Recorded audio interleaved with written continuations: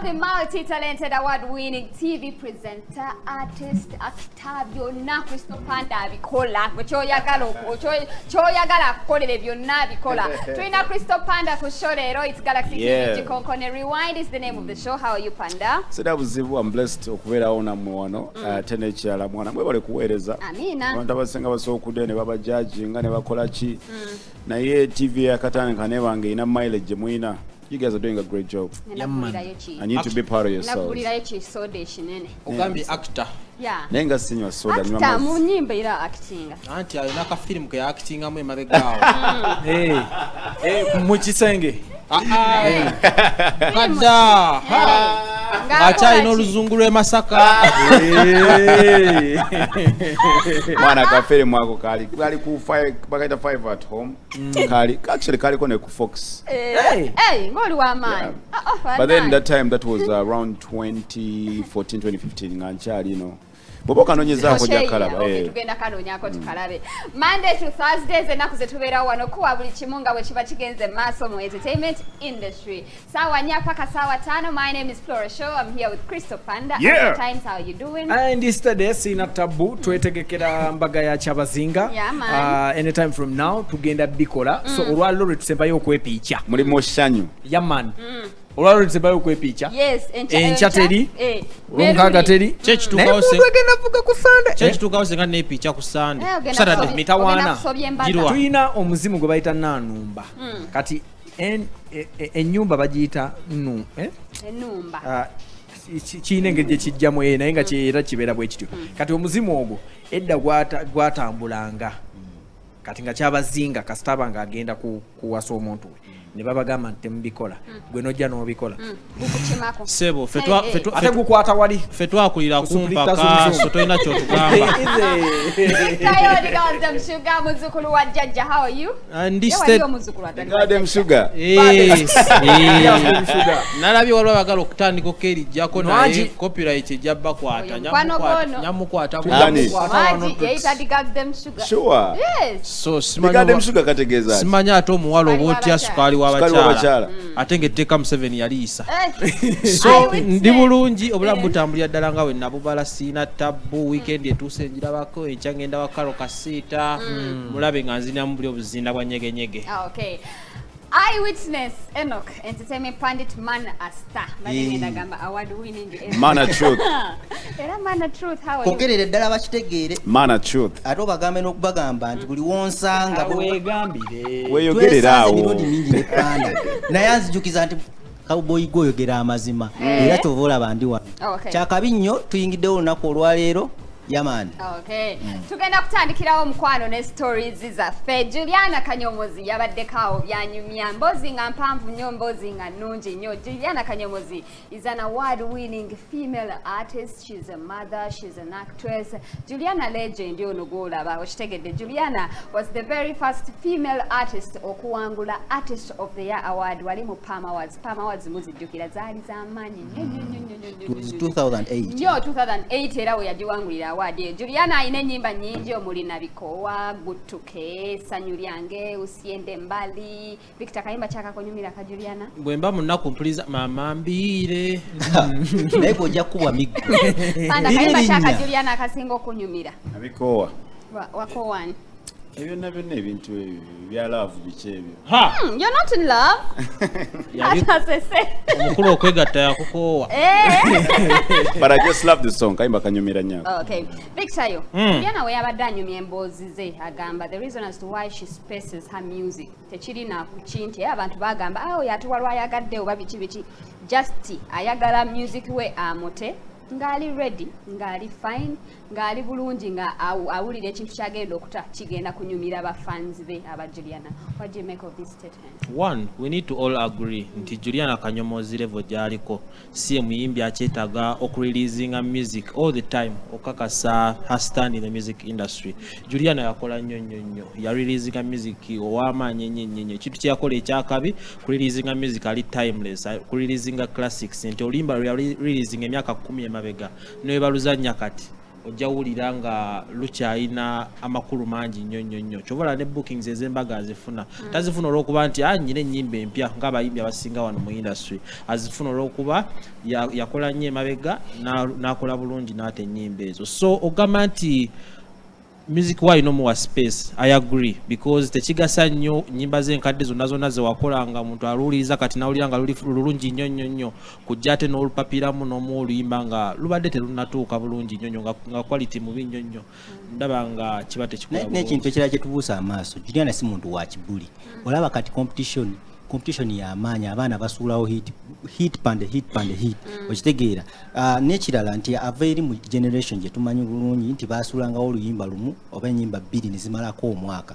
kakati omusuula mu mazina g'enkimagano ziyinza omukoona emikira okitegeera so it's a blessing in this guys n'ekirala nti classic sezo zoyogeddeko zinabikoowa zonna zimama mbiire zeyakuba zimuyambako olw'ensonga nti tajja kubeera mu competition y'abaana because abaana bano bateekamu ekintu kingi nnyo ate ne batafunamu okitegeera ojja kutuukirira producer akusaba obukadde nga 5 okitegeera ku 10 okuwa quality ba songwriter Juliana tukinajjukirwa nti tawandika music we tujja kwogera ku ba Silver Kyagulanyi abali bamuwandiikira Radio and Weasel bazze bamuwandiikira okitegeera ate nga radio yafa kakati wobanga olina void eyo ng'otaddemu n'amajja ne personality ng'ogigasse kiba kikulaga omuntu gwakola ekyogedde kituufu okuba nti emikira agitya kuba omwana wano yavaayo n'amugamba nti mulina bato naye nambiru engeri gye yaddukamu emisindo okugamba nti sebiso tekisoboka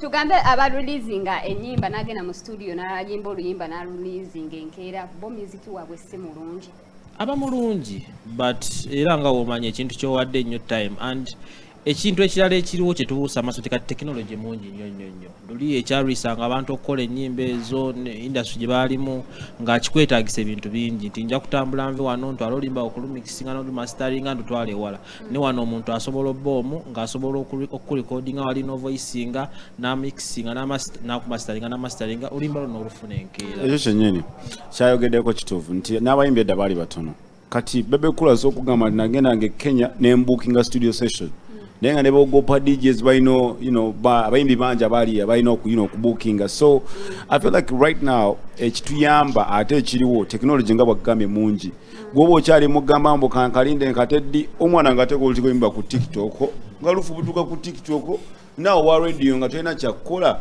olina okukuba twayiseeko dda ndi mushanyu osekera so technology n'ennamba y'abayimbi nti ekuze luli wabangawo kamiliyoni Bebe Cool oba tatadde oluyimba asobola okukuba emyaka 3 kamiliyoni n'alukuba nekuba emyaka 3 ne kati oba okyali awo ndi mushanyu nayingira ndiba okyali awo twayiseeko oba okyali awo empere nejja so the number of the artists right now also really matters. Okay. Yeah. Juliana agamba abayimbi abamu bagenda mu studios for vibe, for having a fun, abamu ku inspiring, abamu ku teaching a public okubaako ebintu ebimu bye bakola nga bwolaba kale oluyimba lwa Bobi Wine nti obuyonjo oba okitegeera naye abamu era bagendayo bya vibe bintu bya fun. Is that how music is released anyhow just because oli ageze mu studio n'akola fun? Ennaku zino ebintu by'okuwagala okubuulirira ennyo tebikyakola. Eggwanga lino lirina stress nnyingi nnyo tubeera awo ng'olowooza landlord agenda kugoba mu nnyumba enguudo mbi olowoozamu nti banakuba mu kinnya bboozi ojja zikuba ku booda so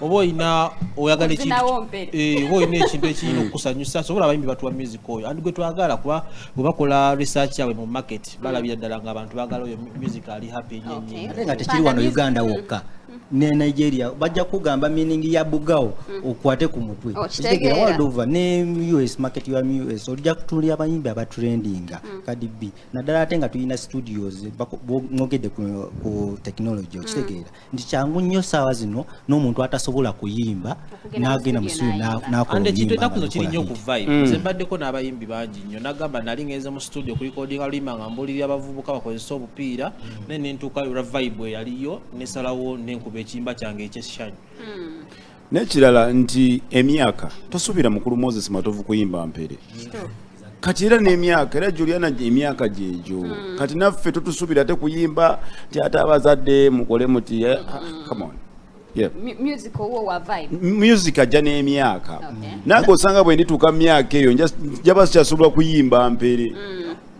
bakyalemeddeko Bebe akola ki? Akyali Akyali mwenene waffe. nagazi amagulu wa alaba fanda ku status nga alifaira mu jimu bebe tunajjukira nti music we bwati we yali okitegeera akuba happy music era kyova olaba yafuna nnyo akaseera akazibu nga music tana switchinga kudda mu bebe talina love you every day love you every day talina mpuyo zange talina trust no people naye ng'ogyeko lwaki taddaawo ng'ogyeko love you every day Ada waliwo tewali market yawo mugamba. anti tewali market naye bwe kibanga kuba kati njagala kudda ku line eyo okugamba nti generation n'emyaka gisika okitegedde nti bebe yes ayinza okuba byonna abikola era alabise bulungi yeekumya alabise nga star kyali wakabi naye kati ne music otuuka ekiseera n'omanya nti kati bano be nayimbiranga wano wakitugambako last week nti abantu be nayimbiranga emyaka 10 emabega bateeka kuba baakyuka kati nga kati era bye nnina okuyimbako birala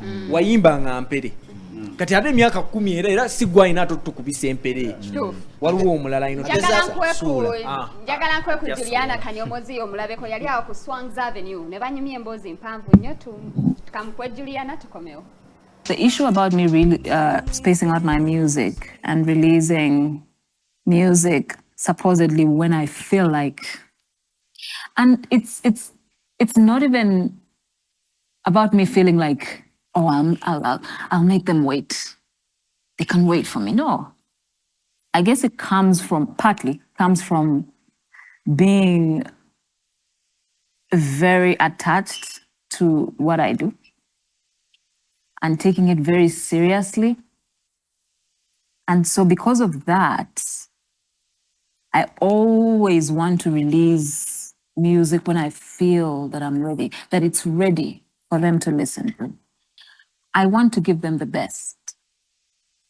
And I want to do it at the right time. And also, if I don't feel like I have nothing to talk about,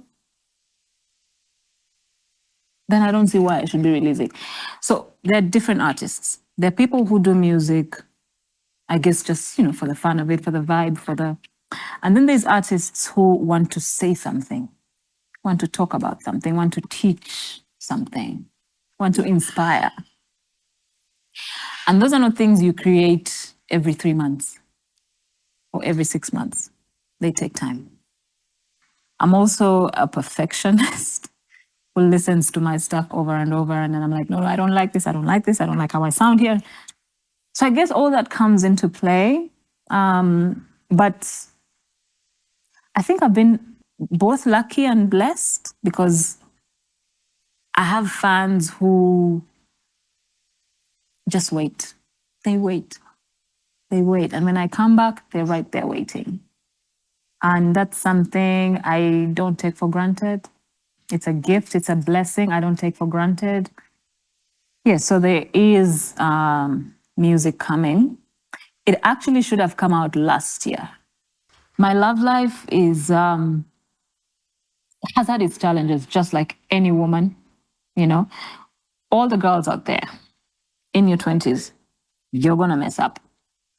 You're going to make the wrong choice. You're going to choose the wrong person. It's a part of growing up.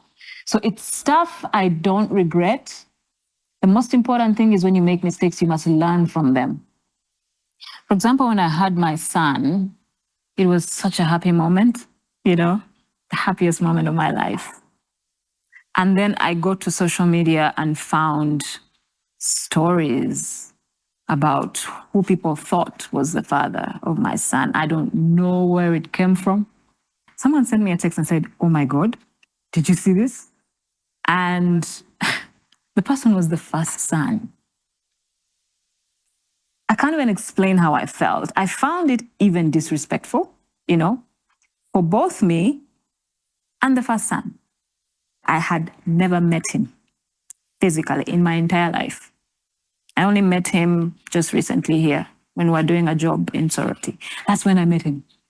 So I found it wild.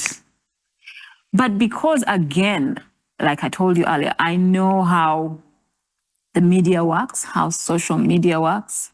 People run with what can bring the likes and the shares and the attention.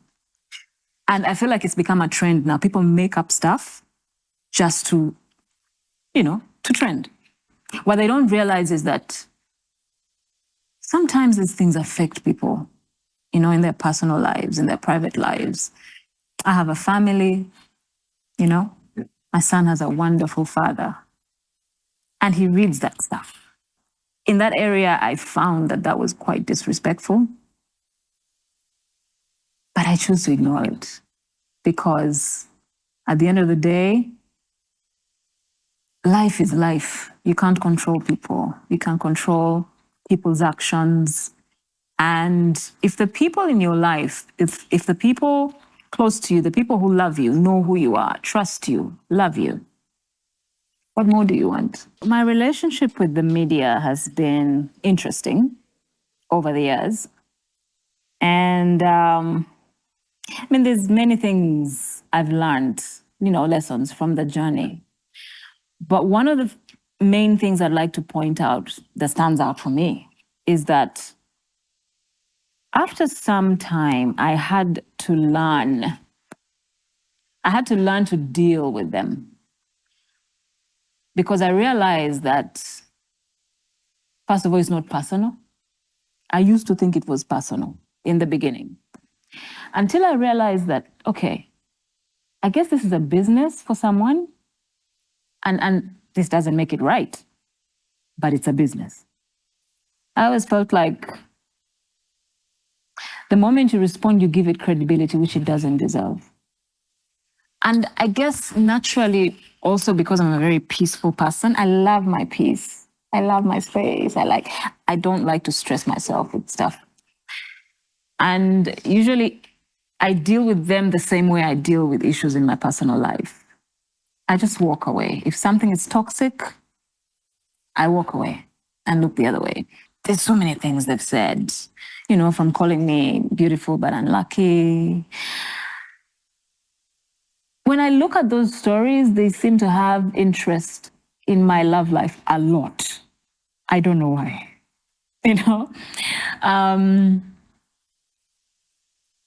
I know that, in my 20s, in the early 30s to mid 30s, I was very open. If I was in a relationship, they would know about it. But as I grew older, I became more reserved.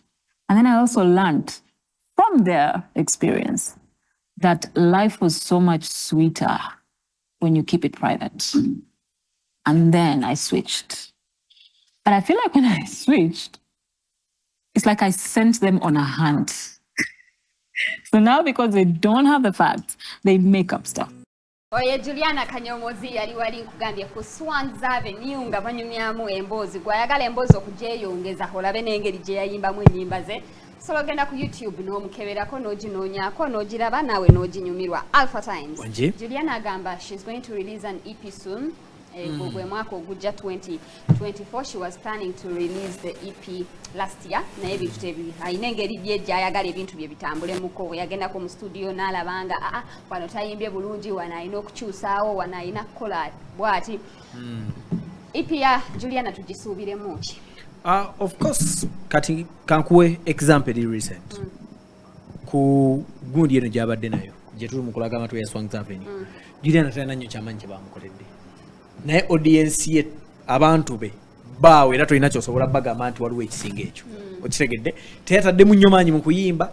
Ennyimba selection gye yakoze eri awo bwetyo size ezizo gamba nti bye kano kati sijja kuva waggulu nakano yatuwadde kye yatuwadde ne byayogera osanga omuntu ng'amuwulira. So Juliana ekyokubeera perfectionist, yes, ayinza okuba akiina mu ye, naye ye abantu baawe baavaawo baamwagalanga bw'ali, kyonna kyabaleetedde kye bajja okukkiriza era kye bajja okutwala. Because I'll give you an example. Bits and Pieces, her last album gye yasembayo okukola eri perfect nnyo ku bantu abali music owuliriza instrument singa nungi n'owulira lyric singa za kabi n'owulira buli kimu nga kya kabi atuwaka yekka obusookebwako obutono olaba nga yali alabika bulungi. But then at the end of the day netukubuuza nti lwakuba wanti era abafaani bo baalwagala ku ground ne tutatuulako n'engeri mu bafaani be bo baamutegeera era ne bamwagalirayo. So teyeetaaga kubeera nnyo perfect kufulumya awo ye kati yavaawo. agamba nti she admits nti she made wrong choices mu bulamu bwe naye ate she doesn't regret okuba nti ezo choices yazikola but she hates it omuntu bw'avaayo n'agamba nti bannange omwana Juliana gwe yazaala mwana wa first son okitegedde omuntu nga tafuddeeyo how Juliana feels oba how the first son feels ye najja n'akubawo ekigambo kye bw'atyo bafanzi bakole batya okulaba nti abantu nga ba Juliana abali reserved bwe bati babawa privacy yaabwe ne bakkiriza nti bannange ono yagaana otulaga tumuleke dani omusibako omuntu ate gwe tulowooza nti yoyo omutuufu ngenda beera brief one ensi gye yayingiramu y'amazina ga nkima agala taagala bw'oba toyagala kukuba mukira kiveemu ebbanga lyamala ng'akyalimu tukyamusalako ekigambo ayagala oba tayagala naye diva Juliana okusibako first son kiyinza okuba kikuyisa bubi abakusibyeko wandibadde obanoonya nobawone ku ssente waliba first son akajanja babakusibako omuntu nga Enoka kati ate awo tewali esudde mu buli oba okusibako Victor kyenkatakalamu ne first son so ekyo kyakigumire abantu bo bajja sobola okimuteekako of course ye kiyinza obba nga yo omuntu kimuyisa bubi naye olumu tubeera mu byakusaagasaaga yagambye nkiri disrespectful ku side ye oba ku ya first both families ate side y'omusajja nze ndabanga ku side y'omusajja because omusajja ye kanyini yakuba embaga alina omukazi ewaka kati gw'ojja n'osala ekigambo nti ya straying kitegeera kibeera kiba tekijja ate n'ekirala teyakola wrong choices bantu byafuna mu biseera ebituufu just ebintu tebyatambula butambuzibwa I think pozi n'ekirala bw'oba toyagala bantu kwogera kubalaga omuntu bw'omutuufu exactly ojja kuba obazikizizza omuntu omutuufu omutulaga ddi embaga bw'enaatuuka kyokola nga yetafaayo okuboogerako nze sifaayo gwe ne bangamba nti njagala gwe sirina buzibu banaye mukyogere yebanda ekintu kyayina nti ewaka teyiyo nsolo tewali omuntu yenna tewali buzibu ng'omunoonya so that omutwala ewaka nga muzina mpere era abanego bakusibyeko kisinziira bayinza okusibako omwana nga bwomulaba naawe ojula kwetta bwesinza abo bensinga okwagala wakakiriya busaabala kiriya nakulaba luli sebo yakokuba kankubuzeyo alpha okusibako shiba n'okusibako nwaji bombi osinga bombi mubansibeeko bombi balina buli kimu alpha kyayagala shiba tova brown thigh kalina bekakola Juliana agamba when she was in her 20s abantu yabategeeza nga omuntu gwa datinga kitegedde naga bannange leero ndi mulaavu ne Victor leero ndi mulaavu ne gundi leero ndi mulaavu ne gundi but bwe yakula she realized nti bino ebintu talina bikola nnyo alina kubeera reserved alina kubeera mu space ye and era ekintu kino kimukoledde she is very happy gyali myaka gye gimusumbuwa wali wali emyaka egy'abawala nga buli waafuna omuntu yenna gwabadde naye aba alina omukuba mu bantu nze ndaba nnyo ne zino embaga ze babeeramu amazina ge bazina kusaaliza banne simanyi ba x simanyi ba x mundaga okitegeera nze mututte kakati gyegyo emyaka kati right now Juliana ayinza okuba nga ali mu kissinga 50 years right now she's 40 something yes 40 something early 40s ali mu 40s yes ali wabanga tayise na kijambia wera and good alina gy'atataddeeko she's 43 42 oh wow yateka biggest export omwala omyaka 22-25 aba akyalina akajanja naye tosobola kuva eri naddala ate nga oli public figure buli muntu gwoteekawo abantu bakusongamu olwa totandika okubala okitegeera kakati mu myaka gya Juliana singa akyatulaga abo akawuboyi abalabe yatulaganga kiba kina engeri gye kimulagamu okitegeera because wali emyaka gy'olina otuukamu obeere settled abantu abawagizi bo jjukira oba ofuuse role model kakati gweoba olaba nti oli naakukyawa kati olaba right now guy gwayina saawa zino wamukyawa teri akimanya ayinza okuteekawo gayi omulala awo ne tulowooza nti yoyo gwe yali ayina okitegeera so kimuyambako nga y'omuntu. Okay, why was she told that she's beautiful but unlucky? Yani yakamugamba. Amawulire bawandiikanga red paper wawona. Era wotunuulira Juliana, she's beautiful. But naye wotunuulira abakazi, manyi abakazi kintu kye basinga okuvaluinga. Abasinga waliyo bantu ba slay queen nga bo bali ba sente. Naye omukazi nga Juliana, beautiful. You know, she's respected. Basuubira nti alina okubeera ne cowboy ewaka bamukuba embaga kidaala biki byonna. Kakati kyatuuka ekiseera Juliana ng'akyusa ng'abaana abakyanga okitegeera nga bamu breaking omutima n'abakyanga ngenda kuwa starting from 2008 waliyo guy wa Tasika Project Film bali bamuyita Ian Mbugwa okitegeera Juliana yatuuka ekiseera n'aflyinga out n'agenda Kenya ng'agenze kukima kwawe nzijukira waliyo n'akafaananyi akaafulumako yakuba ekifaananyi nga takimanyi nti waliwo engatto z'abasajja awo kakati abaana ku social media ino ne bamugamba Juliana afunye omusajja okitegeera so that's how knows the fans are kakati wow 2013 ba King Lawrence ono wa Rich Gang yali Rich Gang biki waliyo ne ka video akafuluma kigambibwa nti bakakwatira ku Serena okitegeera ka video ako buno bwo mu kisenge nga Juliana mwali omuntu ku level ya Juliana kaliba gyaliko okitegeera ebintu webityo nga bye bitambula then tujje ku Kasimu Omuma yali amusuubiza n'omutwala wa ono w'ebikonde yali amusuubiza omutwale USA ebiseera ebyo Kasimu yali w'amaanyi nnyo nga ssente weeziri naye kirabika Juliana we yazuula nti gayi yayiika evivi mu nsonga za finance n'akunya okitegeera kakati tudda ku taata w'omwana w'ono yafa Karen bamuyita Amani Lukwago ye amajjako ye ayinawoko mwogo okitegeera lwakuba nti kati boyfriend wa njamuyita boyfriend because tebana kubamba okitegeera machas bayinza okuba babeera bonna Lumala Moses okitegeera nga tanayingirawo Amani Lukwago akolera ayina real estate adinga mu mataka biki ya sente weziri kakati ono yali muvuzi wa mbaga abo bonna abasajja abo bonna tebamukubye embaga kati awo sasiramu abamugamba abajja ne batugamba nti she's beautiful and wegera nti she's beautiful ero olabira ddala nga mukazi mulungi nnyo okitegeera kati obwa unlucky kiri subjective omuntu ajja kujja akugamba she's unlucky akuwa ensonga okitegeera ate ng'ensonga zirimu ekugumba Juliana agamba relationship ye ne media yali nungi until she chose to live a private life n'agamba akubanga media ewandika ebintu by'okutrendinga ewandika ebintu nga biri toxic bisobola okutwala mu depression kati n'asalawo n'agamba omanyi bano abantu kambeesonyiwe kubanga eno nayo business yaabwe n'akitegeera nti eno business era abantu n'abeesonyiwa she only appears ng'alina ekintu ky'ayagala okwogerako era ebintu byonna ebiri negative biki tasobola birespondingako is she trying to protect her brand ate takyagyetaaga Juliana nga bakugambye brand eyimiridde okitegeera sokolayo ekiri kimu Juliana beirawe ng'anyinza okugamba Juliana be bamu ku bayimbi ba analog omuyimbi nga wa analog takyayagala nnyo biselfie era olaba ebintu agenda ku Instagram n'ateekayo ekifaananyi biki okitegeera